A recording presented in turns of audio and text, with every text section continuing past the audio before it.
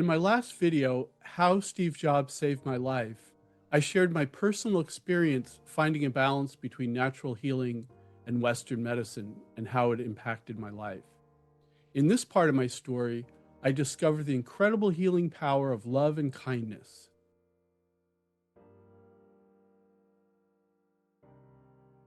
The two things that happened the day after surgery, one is they said, we got to put you in an NG tube if your GI function doesn't work. The second thing they said is, we got to keep you moving. And everybody that I know that's been in the hospital, except for the ICU, has the same thing. You know, they're like, I just had a 5-hour operation. You want me to walk? You're kidding me. But the nurse, who I call it Nurse Ratchet, was just like, you must walk, you must do it. Okay, so I've got my IV pole in one hand. The nurse is holding me by the crook of the arm, kind of guiding me. I got poles and wires and the whole thing.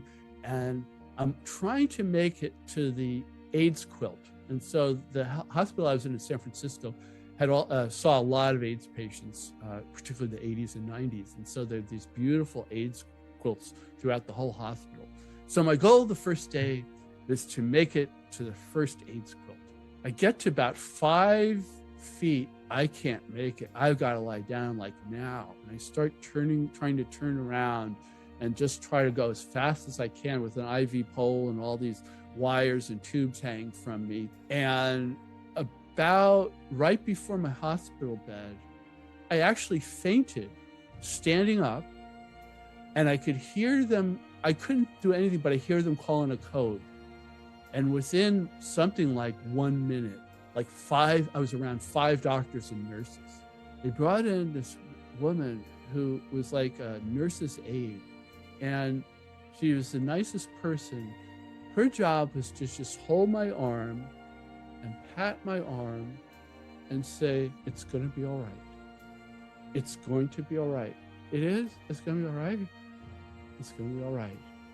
And finally, I was well enough to sit down, lie down in my hospital bed. Nurse Ratchet says, we got to get you up.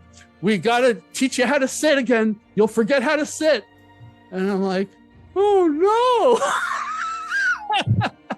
So I negotiated with her a 1-hour rest to get 5 minutes in a seated chair so I could get down to my hospital bed.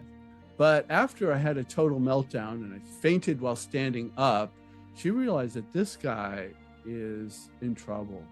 And so what she did is she called the chaplains. And the chaplain said, sir, would you like the services of a chaplain? And I go, I've been waiting for you. Come on down.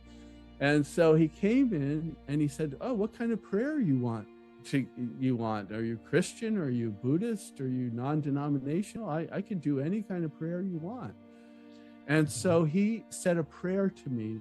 I felt like I could focus more on the positives after his prayer. I could focus more on the fact that, you know, my life wasn't in danger. I was in a safe spot being in the hospital, and that people like me recover from these type of 5-hour surgeries. And so that was the first chaplain visit. And because I became signed up to the chaplains, every day or the next 3 or 4 days of my hospital visit, a new chaplain would come in and say, oh, I understand you want to see the chaplain. And the most powerful was the woman who said, I said, you know, there's a family member that I just can't forgive. And the chaplain said, this is a female chaplain, she said, well, you know, forgiveness is really kind of tough sometimes. And she said, but could you give loving kindness to the person that you're out with? And I said, yeah, I could give loving kindness. So she talked about the loving kindness meditation, which you can say for yourself, your enemies, or your closest friends. And it goes something like this: may you be happy, may you be healthy, may you be compassionate, and may you experience love. This is just a wonderful thing that you could say to anybody, but particularly yourself. And I think that was a miracle, that just meeting with the chaplains and having them focus on the present, focus on mindfulness, focus on even though I was in a hospital bed, still things were working in my life, and how I could tap into that, what was working in my life and not what wasn't working in my life. If you'd like to see more videos like this, please comment below and be sure to like and subscribe to help us grow our channel. Thanks for joining us